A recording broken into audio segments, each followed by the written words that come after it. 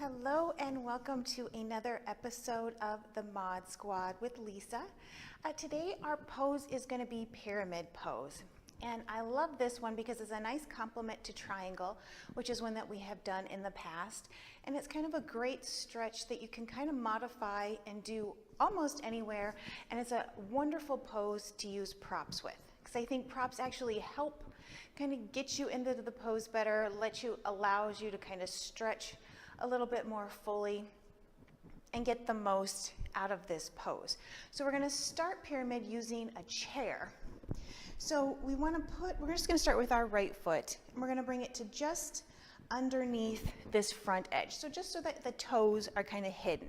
Then we're going to take our back foot, step it back about a half a length of what you would normally do for a lunge, because we want to keep both feet nice and firmly planted into the mat.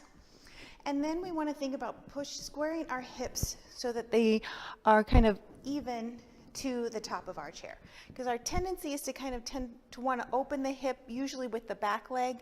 But to get the most out of this stretch, we want to keep those hips square to the back of the chair. And I like to bring my hands to my hips because that kind of reminds me that we want to hinge at our hip and bring our hands down to the mat or to the chair. So you can kind of play with where you place that front knee. We don't want to lock it out. It kind of defeats the purpose here. We want to kind of keep a little micro bend, a soft front knee. But you can kind of just straightening it so that you feel a stretch all the way up through your hamstring into your glute. And our feet are kind of narrow here. If you notice that it's a little hard, we can always take those feet about hip distance apart, see if that helps. Kind of with that stretch placement, you can always kind of bend that front knee a little more or a little less. You can always walk that back foot back just a little bit more.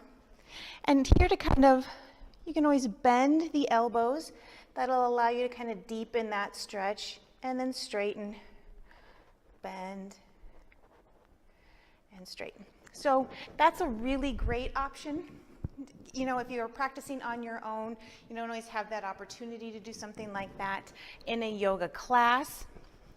So if you happen to be in class, blocks are an excellent way to kind of to bring the ground closer to you to make the stretch a little bit easier. So same concept as we had with the chair. We're just going to bring the blocks long edge up just to kind of give you a little bit more room to play with as you get better in the pose and kind of as you get more flexible, maybe even as you warm up, you can turn the blocks down so that they get lower and lower, kind of challenging the stretch. So again, we're just going to bring the toes in between the two blocks. Back foot comes back. We want to make sure that our feet are both nice and firmly planted into the mat. Hips are going to be square to our blocks. Hinge, and then we're just going to slowly bring it forward until our hands come down to the block. So again, we don't want to open up that hip. We want to think about turning the hip down toward the mat, keeping those shoulders back and away from our ears, and let that head just relax. This is a nice kind of restorative pose as well. So letting that nose come back towards our knee. And again, just kind of playing with how you bend and straighten that front leg, because you can always even bring it to the calf if that feels better.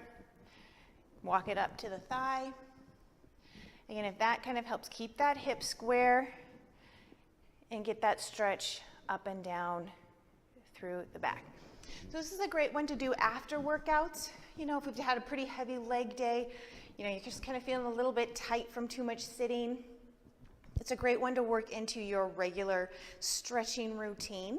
So thanks everybody for joining me today. If you have any questions, if there's a pose or a stretch you would like to see, make sure you email me at themodsquadsf@gmail.com, and I will see you next time.